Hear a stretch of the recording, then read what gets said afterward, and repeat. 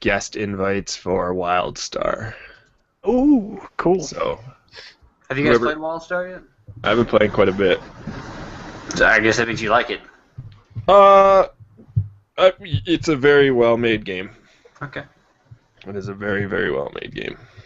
I mean, I'm not even close to scratching the surface of like dungeons and shit. I haven't even been able to touch it. I've just been doing solo stuff late at night because I'm too busy. But after E3, I'm gonna Soloing late at night. Yeah, that sounds like. Yeah. I haven't had a chance to meet up with Mike and Tally, which was the other two people on it. So should be fun though.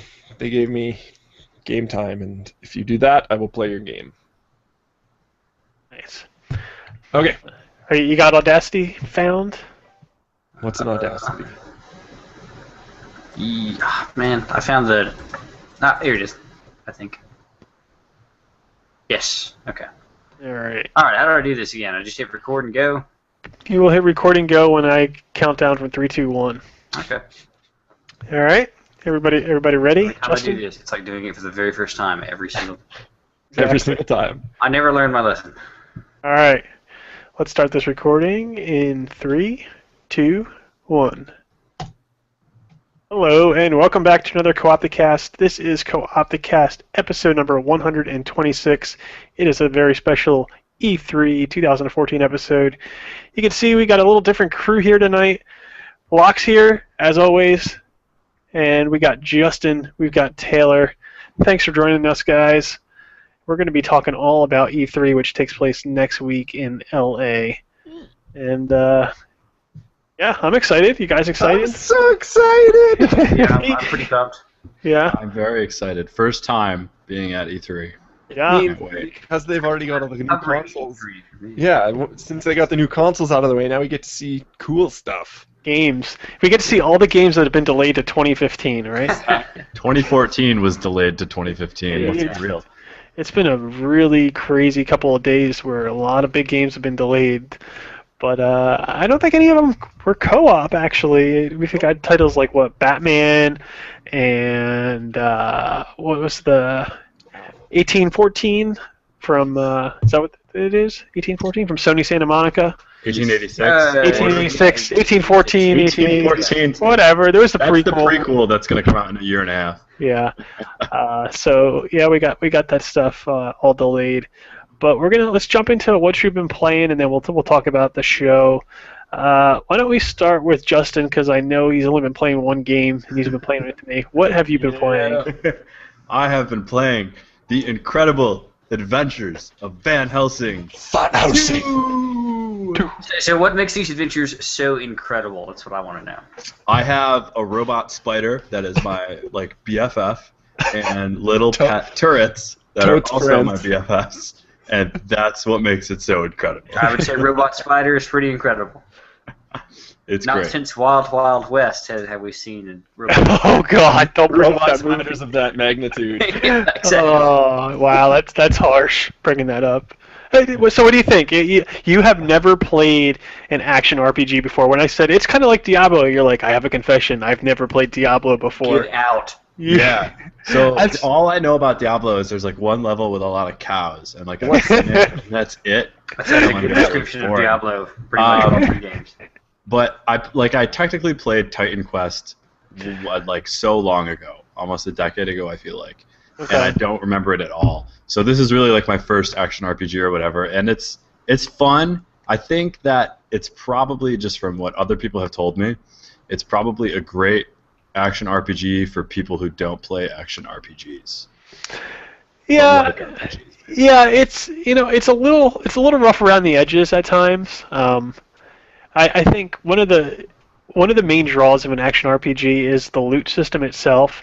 And the loot system in this isn't the strongest, mostly because one of the things I really like about Diablo is whatever you pick up and you put on your character's appearance changes because of it. Yeah. And it does a little bit in Van Helsing, your sword might change or your cape or your hat, but that's about it. And the variety isn't that great where in something like Diablo, when you get some badass armor and you can dye it all black or something like that, and then you play co-op and you show it off to your friends. That's a cool cool aspect that I feel is kind of missing from it. But it is. It's a solid game, and for $15, like there is a insane amount of content there. Yeah, I was reading the review, and it just like the amount of stuff they packed into that game sounds astounding. Intense. Like it feels like they're like pulling what Torchlight did. Like there's so much for such a they're selling it at a budget. The biggest thing is the skills themselves. There's an obscene amount of skills to choose from, and it's like I put it in the review, but there's literally skills within the skills. So like you have 20 some skills per tree to choose from, but then each skill has like 5 modifiers, 3 like main ones and then 2 like permanent ones, and the 3 main ones also have like multiple levels on them, and it's like you could sit there forever. Like I'd be curious what level character it takes to unlock like everything. It's probably like in the 200s. How does it compare to like Path of Exile's progression system? I haven't played enough of that to. It's basically a sphere. Yeah, I've seen what it looks like, and I think if you would probably take that and put it linearly, then that would be what it is. Skill like that. Yeah, no, that's interesting. I mean, the problem I had with the first Van Helsing is the theme was spot on, like really good theme, sort of this weird steampunky-ish version of werewolves and vampires, which I don't. Those werewolves and vampires haven't been overdone, I find, especially in this genre. And then the problem I found was sort of the partly the skills, but also the mechanics of it kind of tripped over itself with being able to like power up your moves sometimes, and you know those little like 3 things that fill up and then you can like exhaust them to power one of your moves up. Like that wasn't explained very well, and that's a pretty nitpicky, but I mean that's the whole basis of the combat. So did they do anything to sort of clean up the combat? So yeah, it's not orb based now for that. They have like a meter you fill. And actually it was funny because I had played like 10 hours of the game, and I actually just found that you can use that meter on the fly with like combos. So basically there's a panel you bring up, and you can say, okay, when I hit the space bar, I wanted to do like this, and this, like in succession, and that'll take so much of my meter away. Right. But what I found is like they're actually tied to, I think it's like the A and the D key, and so you can do it on the fly, and it'll just take it directly from that meter as well. So basically kind of combo on the fly. Interesting. I think that the biggest weakness that I found is the sheer chaos the game presents at you. Like it throws a lot of guys at you at a time. Like you just get swarmed. You saw I posted a little video in the review to kind of give an example of that. Justin and I were actually playing this last night, and the part we were at is the very beginning of chapter 2, and it was so hard because we were just constantly outnumbered. I think it's like you almost need at least 3 or 4 co-op folks just to kind of get past some of it. So it's got some balance issues in that sense. But I mean, other than that, pretty solid game. Sense of humor is a little off. Yeah, the writing in it, like I don't want to say it's bad. It's just, to me, it's like not even there. Like I have no clue what's going on in the story. There is a sense of like like you said, there's like jokes, but they're just like don't waste my time. Like let's just. One of the items in the press release that I read a while back for this thing was that your spirit companion, her name is Katarina or something like that. They said like, oh, she's really, really more involved in the story, and she's got all these funny jokes to tell along the way. I thought that was being a little bit presumptuous of itself. Yeah, she definitely spits off a lot of one-liners and interrupts conversations. Like the game's completely fully voiced, but yeah, it's very European. Yeah, but it's not bad by any means. It's playing not. it for the story. I'm enjoying it. Yeah. But I'm not gonna tell people about really awesome like things that happen to my character. You know what I mean? Yeah. So that's all you've been playing, Justin? That's pretty much all I've been playing. There's this game I've been playing on my phone called Tyrant Unleashed, which is like a congregate game or whatever, and I've been playing that from time to time, and it's just like a trading card game or like a battle card game. I have no clue how to play it, but it's stupid fun. One more time? You said Unleashed. You said the C word. Yeah. What? Card. Yeah. Cards. Oh, is that a bad word? No, that's a Good good word. Oh, okay. Because I'm normally not into those games at all. I'm like, this is boring. I don't want to see cards. I want to like see axes flying. But on the cards itself, this is probably why I like it. When they attack, like little guns come out and shoot, and then the other card gets like aesthetically damaged. I'm like, this is kind of cool. And it's got great music, so. Cool. Yeah. Cool. Taylor, what about you? What have you been playing? Well, in the same vein of card battlers, I've been playing Magic 2014 to squeeze the last blood out of that stone before moving on to 2015. Nice. And you can play that game co-op and it's fun or whatever. But the other co-op thing I've been doing lately is Payday 2. Nice. Which Nick and I talked about a little bit ago. So I've only put about 3 hours into that game so far. And I have yet to successfully pull off any kind of stealth in that. Because every one of my missions ends up with a mountain of dead cops, and it's really terrible. Don't worry, that's pretty much par for the course. So in the original Payday, like there was no stealth option. You just blasted your way through it, and you killed every single person in blue that you saw. It's extremely difficult, especially the first couple times to pull off a stealth mission perfectly. But you can use stealth to sort of help it, and then things are going to go wrong no matter what. So you kind of have to deal with it. It's just going stealth for the first part makes things easier later on. Yeah, sure. One of the things that I don't like about it, and once again, I haven't played that much of it, so maybe I'm just bitching for the sake of bitching, but it seems like a lot of the mission objectives and goals are sort of obfuscated, or they don't really tell me a whole lot about what I'm trying to do, or they'll say something, but they'll say it in a way that you have to put your mask on before you climb a ladder, which they don't tell you, first of all. I don't know why you have to do that, but that's the way that it goes out. So I enjoy it. The combat's fine. It's a fairly decent shooter with some interesting mission mechanics behind it. And I've only got like 4 missions under my belt or something, so my dude's like level 6 or whatever. I've enjoyed my time with it. And I've been playing it with other people. Cool. I kind of don't know where to go with it, though. It's got such a slow burn. Like, the progression is super, super slow. And I've got friends, like, I'm around level 40, I think.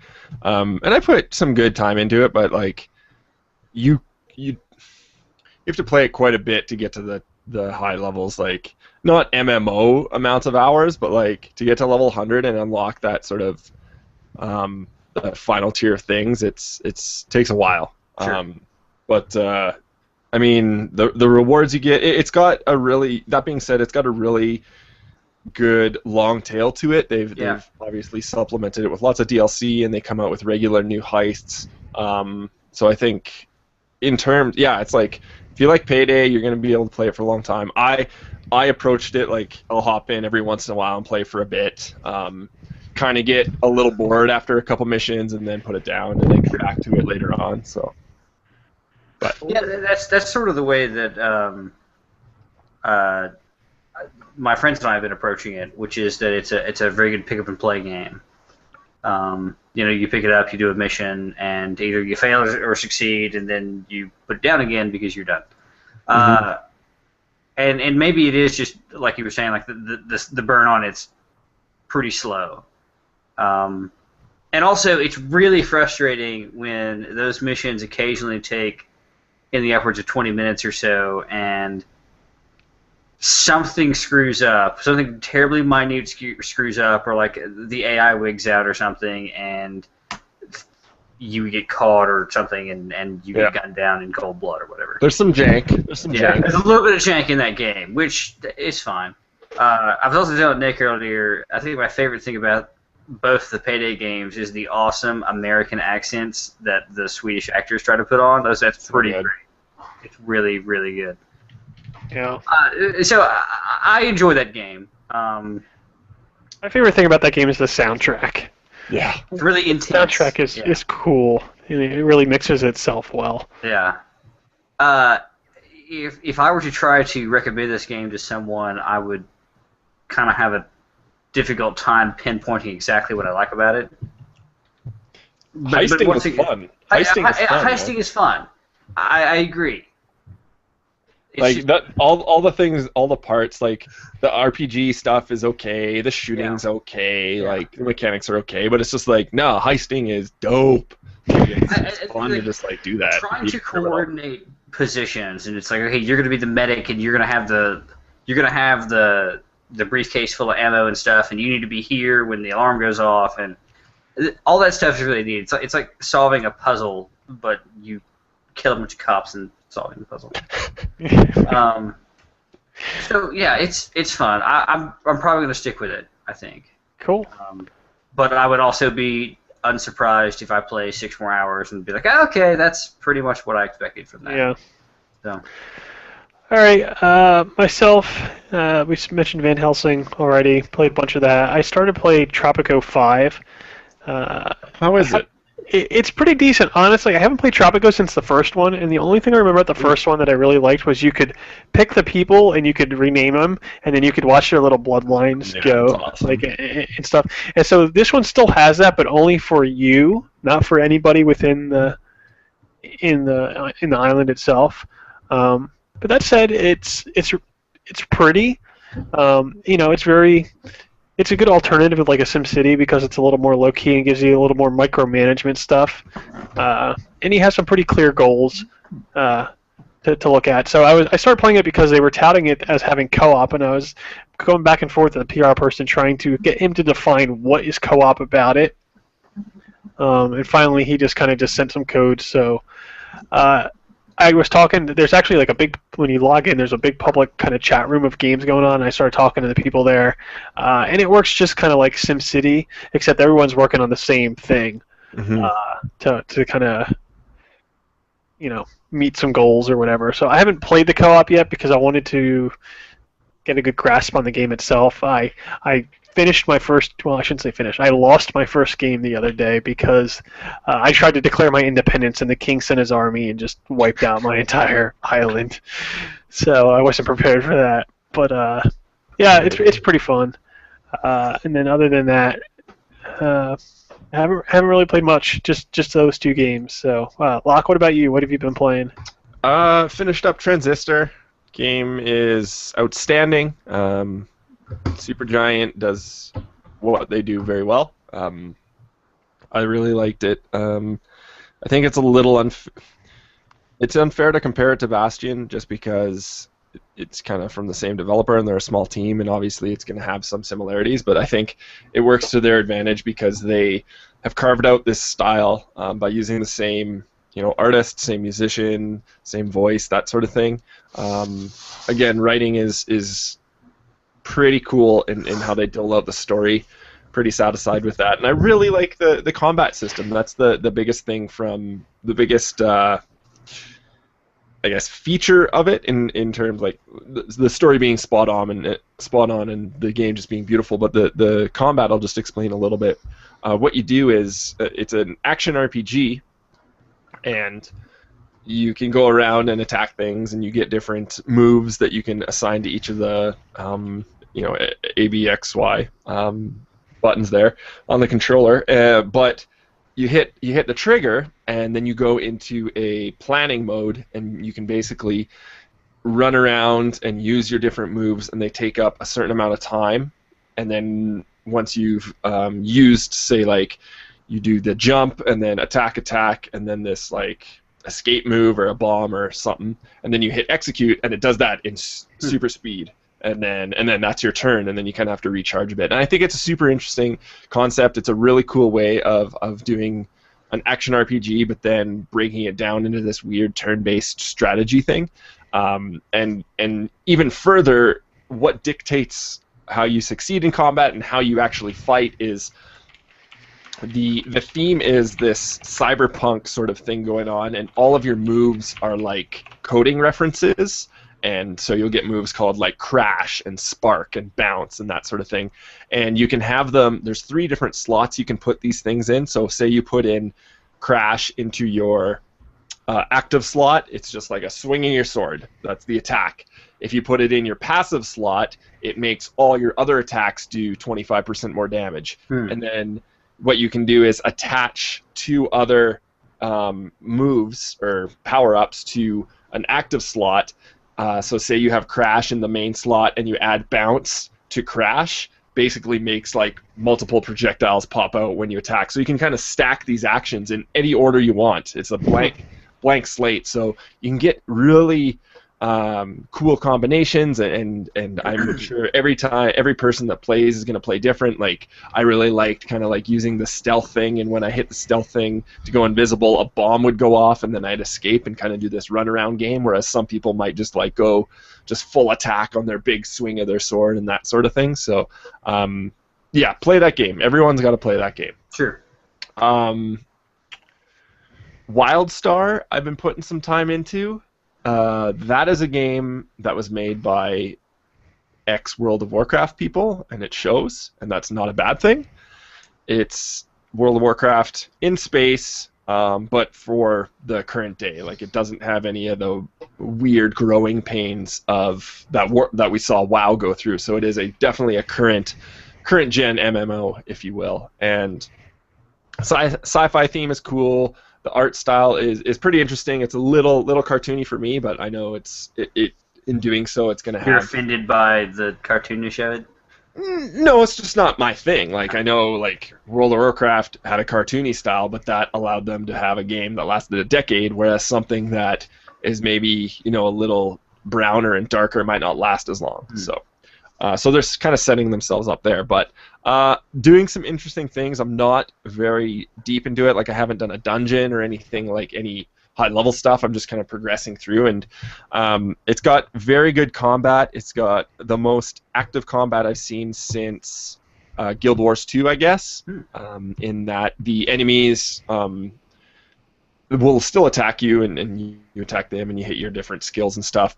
And big enemy attacks will have like a radius of red that will show where they're gonna hit, and you can like kind of dodge, or you can stun them. So the UI in that sense is really good. Like, exactly, you feel like you're attacking rather than you're in a battle in an action RPG, rather than just hitting numbers. You're still hitting your skill keys, like 1 to 10, but they seem to have more meaning when you're fighting. So that's pretty cool, and I think that's important in an MMO. The characters and the character creation is pretty cool. I'm going to hopefully do a video on that and just show what you can build. There's 2 factions. I think it's like the Dominion, and the Dominion is the evil guys, and I think like the Empire, I can't remember. Anyways, there's bad guys, good guys, and like 4 races and 6 classes each, I think, something like that. I'll double check, but there's a lot. I made a sort of like this robot predator thing that attacks with big claws, so lots of damage there. I mean, yeah, I'm going to dip into it a bit deeper. There's lots of systems that I can talk about, but that's kind of boring. And there's other resources for people that want to hear about that stuff. But overall, it's so far so good. I mean, progression's really fun. The landscapes in different areas are beautiful. There's awesome social features in the sense that it's really easy to hook up with other players that aren't necessarily on the same server as you. Or if a friend is on a different server, you can still sort of play together in instances and things like that. So they've catered towards people that don't necessarily want to do a server transfer, or if you want to play a one-off dungeon with somebody, you can, which I think is really interesting. Separate PvP and PvE servers, which I know that's kind of a norm for MMOs, but that's nice to have in there. But yeah, I'll put some more time in. But so far, initial impressions of WildStar is it's very well made, it's very pretty, and it's fun to play. And I mean, it's an MMO. Cool. They're not doing anything drastically different.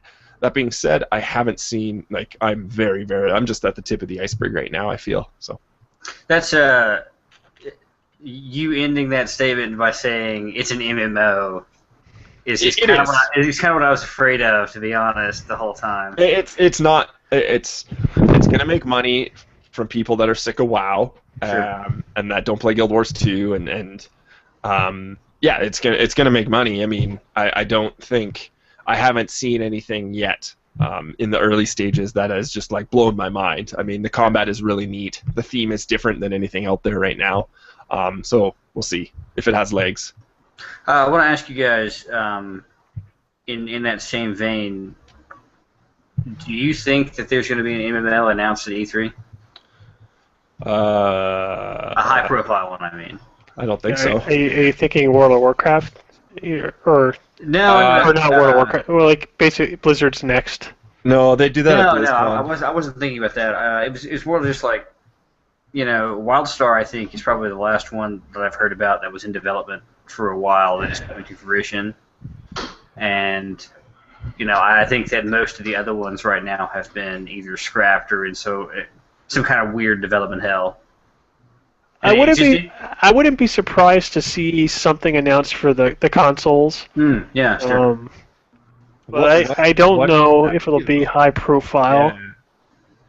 But I wouldn't be surprised to see something trying to capture that, especially the free-to-play stuff, because it seems that both Microsoft and Sony are kind of on board with free-to-play stuff now. So, Sure. that's a good segue into E3. Let's talk about E3 and the conferences, because that's our first day there, and Microsoft kicks off E3 with a 9:30 a.m. start for their press conference. What do you guys think we're going to see besides Halo? Because Microsoft tends to start out their press conferences with the Halo. We know that we're going to see something there. Obviously, new Forza. Right, that was announced this week. Forza Horizon 2. What about Fable? Is there a Fable happening? Could be something that's announced. There's rumors I had seen that a new Battletoads might be on the horizon. Ooh. And yeah, that was a pre-show rumor I'd seen. I mean, But I think that so if they don't open with Halo, I think they might open with Call of Duty. okay, yeah. Or like close with it, or they're going to make a big thing out of Call of Duty, right? Because even though it's not an exclusive, they're going to get all the map packs first and everything like that. Yeah. That's where we're going to see Call of Duty. Yeah. And it's probably going to look cool, and it's going to be something from the campaign, and we're going to be like, wow, that's great. Yeah, I actually think, I was thinking about this, I think I'm going to bring earplugs this year, just because it's so loud. Like, it's like concert loud, and I'm getting to be an old man, I guess, but... Oh, no, dude, idea, it's loud, dude. Yeah, so... Do you think that they'll do anything with the price of the 360? Well, I mean, they did just drop it to $399 with the Connectless No, that's thing. the Xbox One, Nick. Oh, the 360, sorry. Yeah, the 360. I don't know. You know what? There's been so little content for that. Like, I think they're just kind of going to let it... Brush it under the table. Yeah.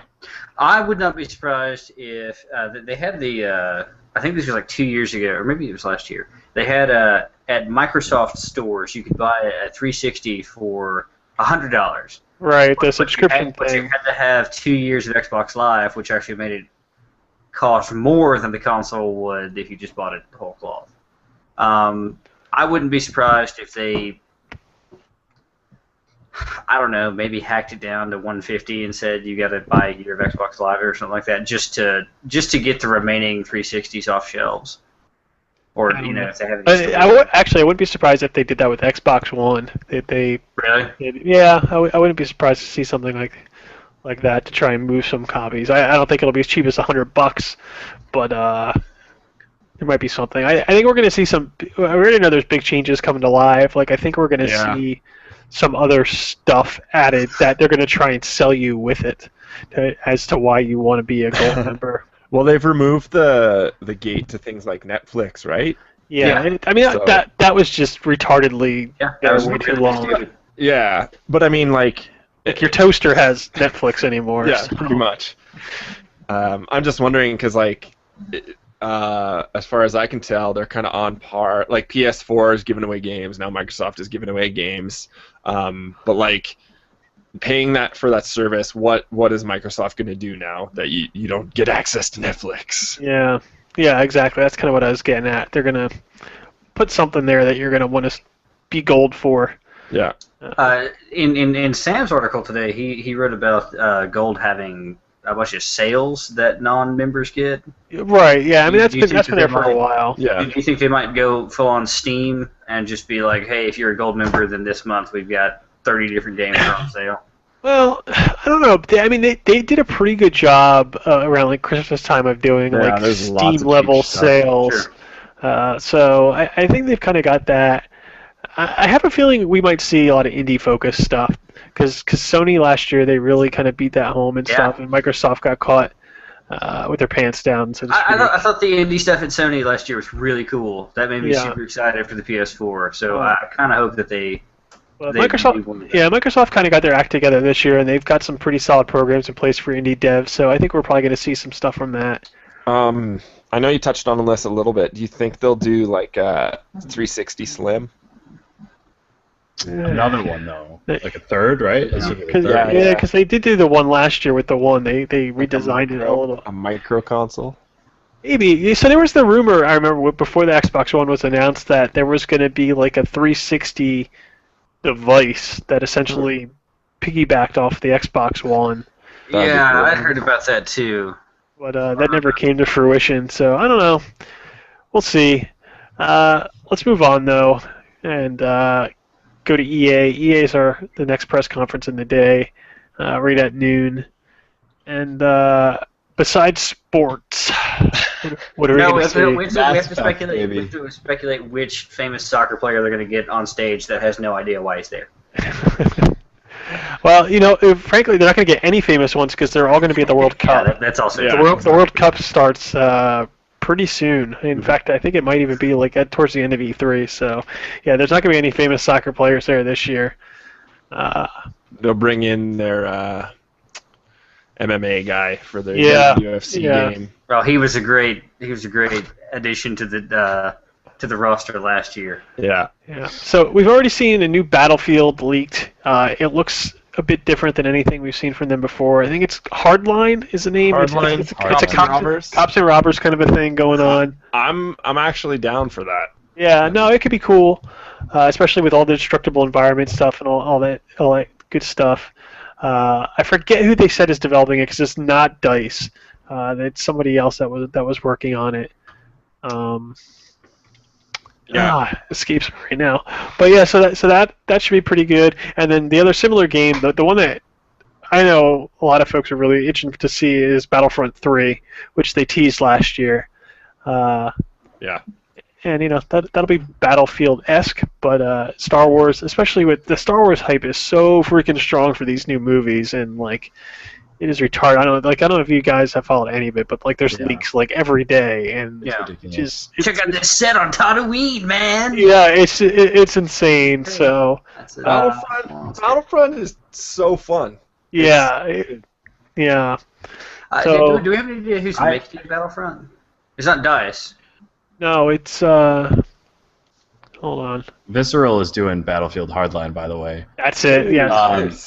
The dudes who did Dead Space. Yeah. Or not dudes. The group. The people. Yes. The people. Dudes. The all-encompassing dudes. Visceral is always like Glenn Schofield, even though he's not even there anymore. Yeah.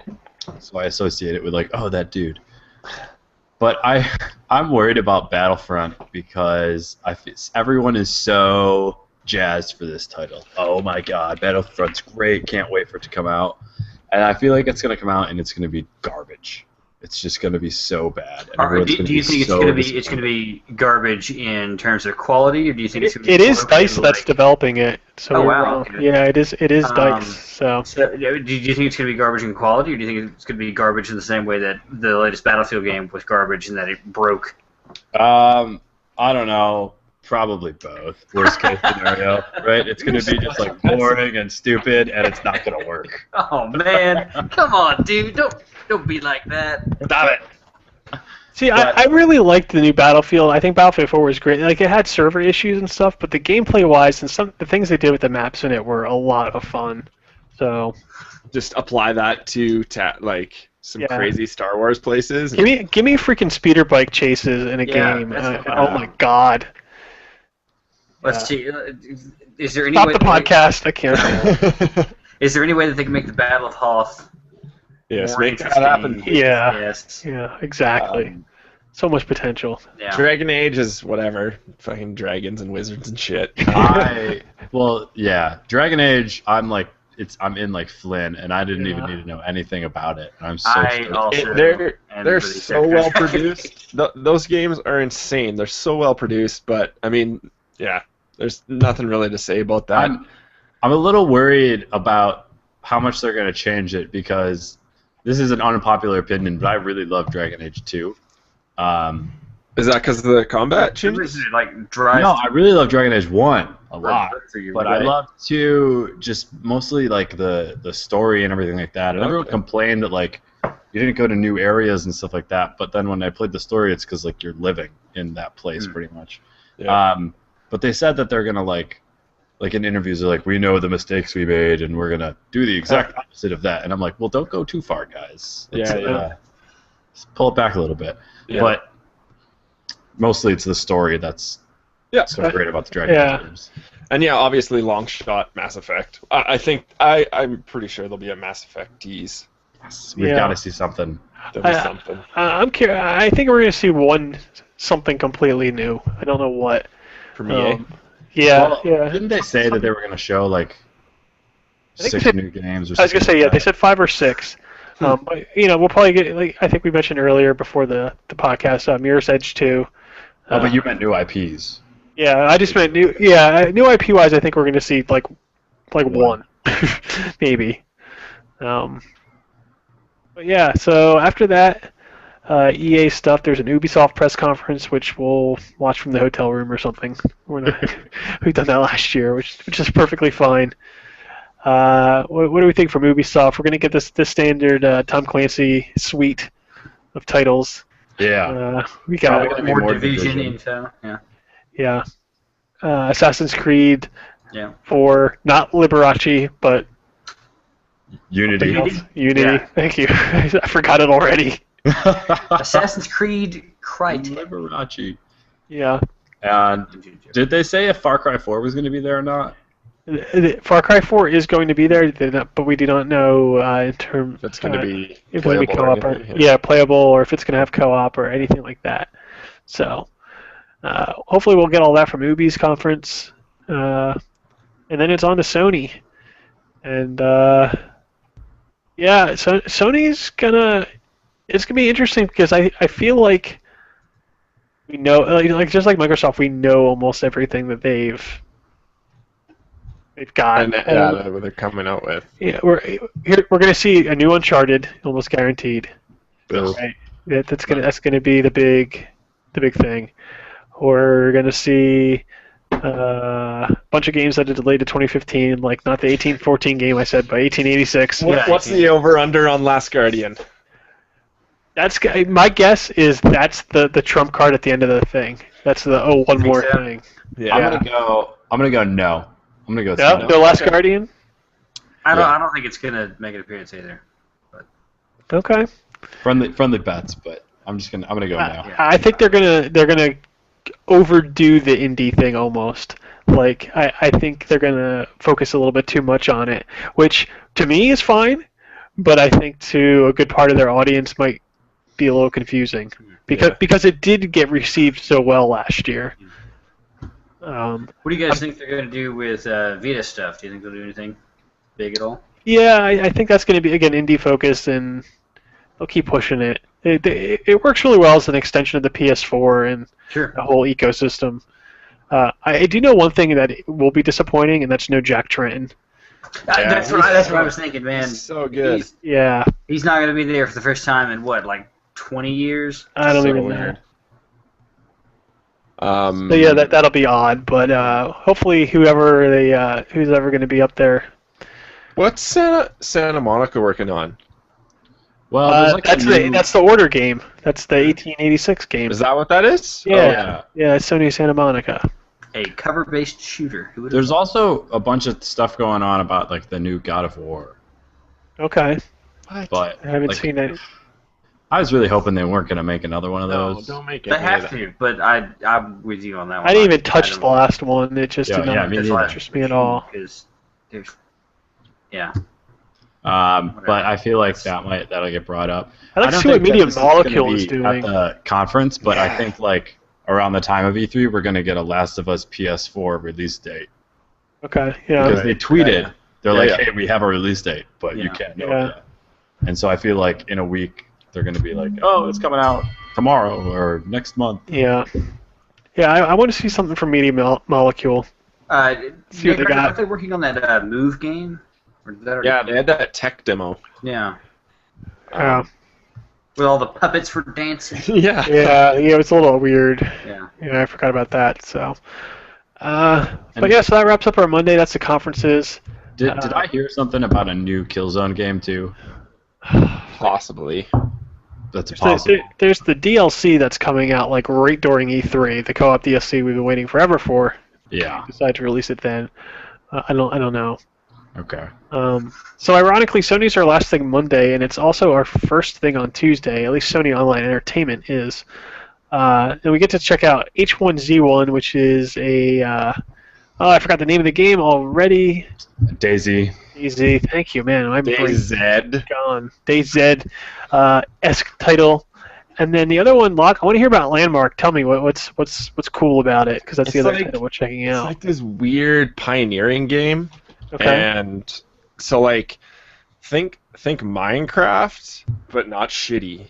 Okay. Hey now. But no, it's like a big like sandbox sort of building MMO adventure game. Okay.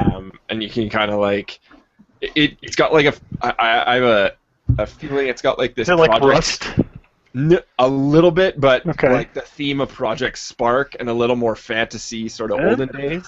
Okay. Okay. With like RPG mechanics too, so Okay. it looks astonishing. Like it's crazy, and yeah, I only know of it because I had a friend who was he got in early access on Steam and was just going off, being like, "This is what I'm talking about when I want to build stuff." So, Okay. so I At was like, long last. I mean, my go-to building shit games is like don't starve. So if Yeah. you can like make something that is compelling and that isn't Minecraft, but you can still build things, I'm down Cool. with that. All right. Yeah. So And like that isn't Rust, because Rust is like yeah. second life and Yeah. weird. So what is this game called again? Landmark. Landmark. Okay. Yeah. Great name. Yeah, so moving on from that, we're going to check out Flying Wild Hog, whose last game was the Shadow Warrior remake. They've got a game called Juju, and it's a little two-player co-op platformer. It looks like it's got a little voodoo vibe going on. Maybe a little voodoo Vince. I'm Guys down remember with that game? some voodoo, yeah. Yeah, so we'll be checking that out. And then it's on to two big games I know I'm personally looking forward to. The biggest, Hellraid. I really, really want to see some Yeah. Hellraid. I get that action vibe from it. So I'm itching to check that out from Techland. And also Dying Light, which is their... I really want Dying Light to be good. yeah, I just I really Zombie. want that to. I just hope it's not Left 4 Dead with parkour, right? Like I hope they try some different stuff with it. You mean So Dead Island? or Dead Island, yeah. Yeah. So same. I want it to be different enough from Dead Island, because Dead Island it's fine, but it's done. Dying Light is going to be garbage. Yeah. You shut your mouth. It's going to No, be it's going to be like a 70 something on Metacritic. Done. You know what? I'm sorry. I Numbers wouldn't don't necessarily call that garbage, but Garbage. also I like how Justin waits for the moment that someone gets excited about a game. Your Justin, face, this is your garbage. face is a No. 70. No, because here I was so excited about Dying Light when they announced it, because it was pitched to me, at least I don't know, not to me, but like everyone was talking about it as it's like Mirror's Edge, But there's zombies in it. and I'm like, Mirror's Edge is one of my favorite games in the world. Yeah. Let's do that. And then the more gameplay I saw, I'm like, wow, this is really slow and clunky and boring, and I am not interested anymore. Well, We shall just have see. to see. Because we will get hands-on. So from there, we head to 2K Games, which has got a pair of titles for us to look at: Borderlands, the pre-sequel, and Evolve. as well as Civilization Beyond Earth. I'm actually excited for all three of those titles. So Same. cool. Good for 2K. It's got Yep. some good stuff. I'm a big Civ fan, so I'll eat that right up. Evolve. I've heard really good things about that. I think Tally actually played it at PAX East. She did. Yeah, I remember she wrote a preview, and she said it plays pretty well. So, looking forward to that. Borderlands, Borderlands is good stuff. I can get back into it. It's in a different developer's hands too, so it's 2K Australia, I believe, is actually doing that instead of Gearbox directly. Yeah. So we should. I've heard that there's some different things like. I saw their PAX show when during that whole thing, and they talked about having 0G levels. Yep. Yeah. Pretty cool. We maybe last week or earlier this week, last week, we posted a story, and it has like 15 minutes of gameplay on the moon, and it's they're like there's enough new stuff in it, I think, to keep people interested. Sure. Yeah. The oxygen mechanic, right? There's a whole oxygen mechanic. And it's not just like managing your oxygen, it's like you can use it to boost and then like to make fire spread like more easily, etc. Nick, I agree with you on the sense that Borderlands is good stuff. I'm just really afraid that they're gonna milk Out that the franchise. then nobody's gonna want to play it anymore. Yeah. I hope that's not the case. Sure, same here. What's interesting though, because I was reading a preview of that in Game Informer, and the big question is, well, why isn't that coming to next gen, right? And Randy Pitchford's response was kind of like an oh-snap response. It was, we sold more copies of Borderlands 2 than there are Xbox One and PlayStation 4 consoles sold to date. So it's like, yeah. Why not? Nice. Yeah. They're out there. Why not, right? Yeah, right. Well, on that, I feel like also Borderlands the pre-sequel, it's really just a money machine. Yeah. It If is. they were to make it for the next gen, it would cost a lot more, and they already have like all of these assets and everything, and they're like, I mean, previous sales definitely backed it up, but it's definitely they just want to like rake in a lot of money, and then they're gonna go next gen. Well, I mean, if they really wanted the money to make money, I mean, there's a PC version. There's obviously some high-res assets out there. It wouldn't be hard to port those to the consoles. So they don't want to do all the work. There's definitely some logic within it. From 2K, we hit up Deep Silver, and they just announced that they're partnering with Crytek to publish Homefront Revolution, Back from the Dead. I think it was 2010, 2011. It was like one of THQ's last big games, Homefront. I think it was one of their biggest pushes to kind of match Call of Duty. Yeah. And it turned out to be a complete disaster. It was kind of incredibly mediocre, but Homefront Revolution. X to hide in bodies. Yeah, it has some potential. It's an open world shooter set in Philadelphia. You can go anywhere you want, kind of a thing. It's a non-linear 4-player online co-op. Apparently, there's this whole mechanic with co-op where you build up your kind of like rebel group and stuff, and it sounds like there might be some aspects of that that's yet to be revealed. What was that game where it was on like original Xbox and PS2, I think, where it was like the Russians invaded Freedom Fighters. Yes, Freedom Fighters was great. That was on PC too. Yeah. Freedom Fighters-esque thing going on. That was a good game.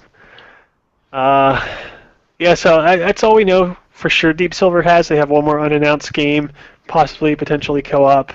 The other thing they have, I didn't put in our thing, is they have the new Sacred 3. Oh, right. So that should be co-op. So let's add that to our list. Hopefully we can get some hands-on time with that. They changed up that game quite a bit. At least last time we saw it. That was at PAX 2 years ago. We saw it, and it was quite a bit different. So I remember that. We'll have to see where that goes. And then after that, we hit up Defense Grid 2, which they added co-op, which is cool because I was following the game a bit. I played a bit of the first one. It was fun. They had a Kickstarter for the second one, and co-op was actually one of the stretch goals, and it didn't actually get it. So it's nice to see that they decided to add it anyway, even though they didn't reach the stretch goals for the Kickstarter. So yeah, we'll be checking that out as well. So that's our first day. As you can see, we're only 2 days into E3, and there's a lot of content, a lot of stuff. And now we're getting to our busy day, which starts off at breakfast at the Country Kitchen or whatever the freak it's called. I can't remember. Highlight of the day, right there. Right there. Or somebody's kitchen. I don't know. Yeah. So we'll be eating a good breakfast, and then we head right to Ubisoft, where we'll check out Assassin's Creed Unity, find out if that has co-op. Far Cry 4, find out if that has co-op, and then maybe take a peek at the Division, get the scoop on that. We basically just have to nail down what the co-op is and all their stuff. Yeah. What's the driving game? Drive Club. Drive Club. Yeah, that's supposed to have co-op. Please. Yeah, please is a good word for that. So from there, we're going to check out our buddies at Astro Gaming, see what they're touting at the show. See their sick cans. Yeah, and then it's on to Sniper Elite 3, which from 505 Games, which is pretty cool because 505 Games is actually publishing Defense Grid 2 as well, but they're also, they're on Sniper Elite 3. But I remember last show they had some of the biggest co-op titles. It was like Terraria, Payday 2, How to Survive. That game that looked good but turned out to be shitty because they didn't finish it. Yeah. Breakdown? Beatdown? Yeah, something like that. What the heck was it? Rainbow Six, basically. Takedown. Yeah. So they had 4 co-op titles last show. We're like, every game they had was co-op. We were totally shocked. This time they got Sniper Elite V3, 2-player co-op campaign. I think, did you play the V2? Locke, who was playing? I think it was Jason and Andrew. I played the zombies. Yeah, we played the zombies. The zombies is fun. It's decent. So, we'll be checking that out. And then we exit the convention center and head across the street to check out a few games from Devolver and some other folks. Stronghold 2. We'll see what they have to offer. It was very, very early last year what they were showing, so they were still in the concept stage of co-op. But it sounds like they got some good stuff there, so we'll be checking that out. And then Broforce, which it's on Steam. Yeah. It's on Steam Early Access, but it'll be good to talk to the developer, get some inside scoops there, see if there's any new bros. Maybe there's a bro designer. There's always new bros. There's always new bros. I mean, every single update they have new bros. I wouldn't be surprised with to see some bras in there too. Some bras? Some bras, yeah. That'd be nice. Yeah. Get some badass chicks. Like Vasquez from Aliens or something. I don't know. First one.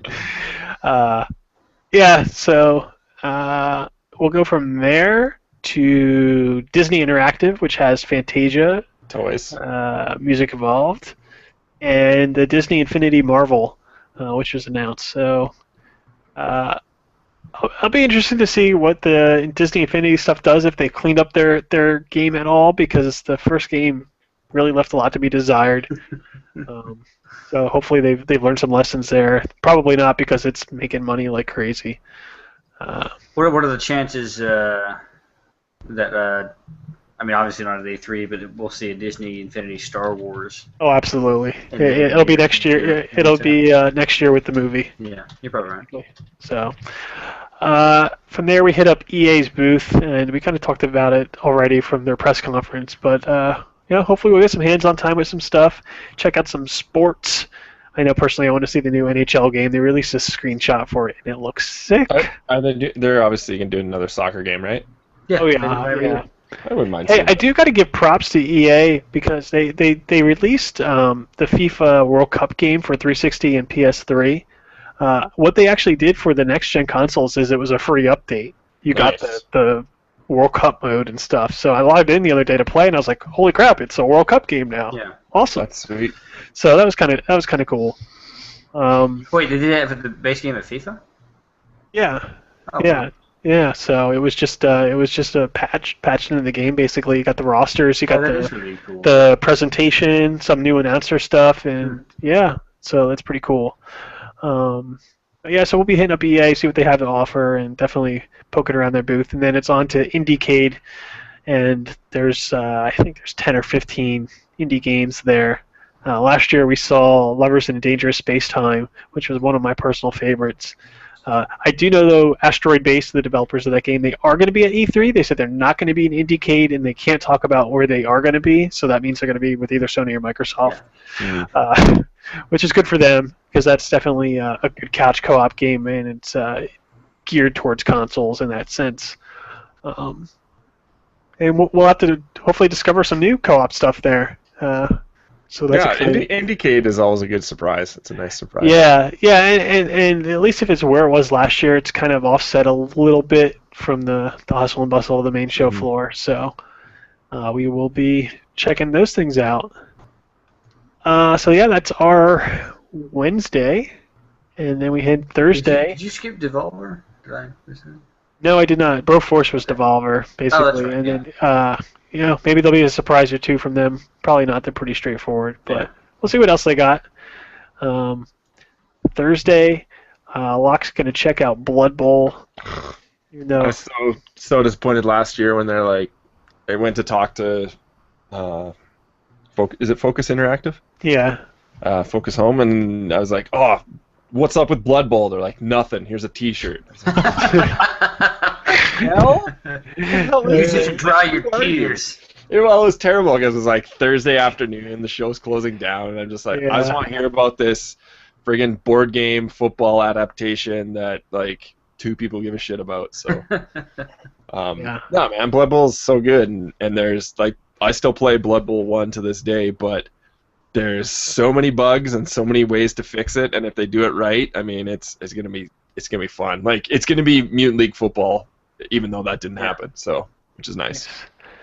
So after you do that, we'll be hitting up Activision and getting their hands on Destiny, hopefully, which I'm stoked for. Man.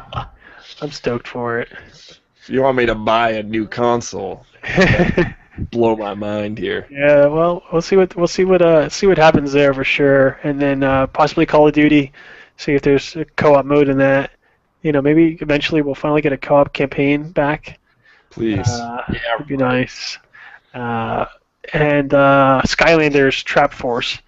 We'll be checking that out.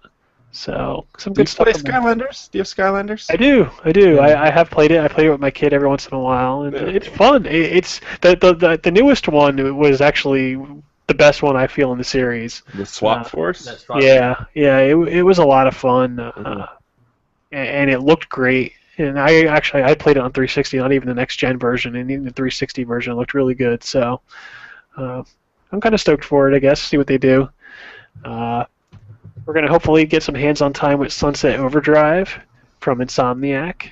That's their Xbox One exclusive title. Looks pretty crazy. It's got the Crackdown vibe to it. Yeah, it's like this weird Crackdown meets Infamous thing going on. That's what I really hope to see from Crackdown 3. Give me a Crackdown, please. Give me that crack. Give me that Crackdown. And yeah, that's about our show. We got some other hardware appointments. We're going to check out The Witcher 3. Which president? Just for fun. Did you see Obama apparently talked about it? Yeah. Talked about The Witcher when he was in Poland today. And Wait, what did he say? Did he say? I don't know. Like, I didn't. This game is very good. I like how the Obama impression comes from the Canadians. Yes, it does. Perfect. So yeah, that's E3. It's going to be a busy one, a good one. And we'll have stuff straight from the show floor. The site's got a nice big E3 section right at the top. You'll be able to see. We'll be tweeting stuff, pictures and stuff. It's going to be awesome. I can't wait. Posting stuff. We'll be posting fools, videos. We got with the official E3 hashtag E3 Co-op. E3 Coop. E3 Coop. Yeah. I will be tweeting a lot. That's what I do best. I will be tweeting 0% because my phone doesn't work down there. Oh, yeah. Well, let's talk about that afterwards. Let's just wrap up the show. Let's tie up some loose ends here, and yeah. So what were we? Co-Opticast episode 126. It is. What's today date? Is it? Man, I am so fragile. It's June 3rd. June 3rd. Thanks, guys. We're in June, people. Yeah. That's crazy. Yeah. So, Taylor, thanks for joining us. Justin, thanks for joining us. No problem. Always a pleasure. Good to have you guys. And yeah. Okay, there we go. I forgot to. Mario Kart 8 is dope. Played it. It's awesome. Okay. I will. We will. Oh God. Yeah. I'm just gonna stop recording now.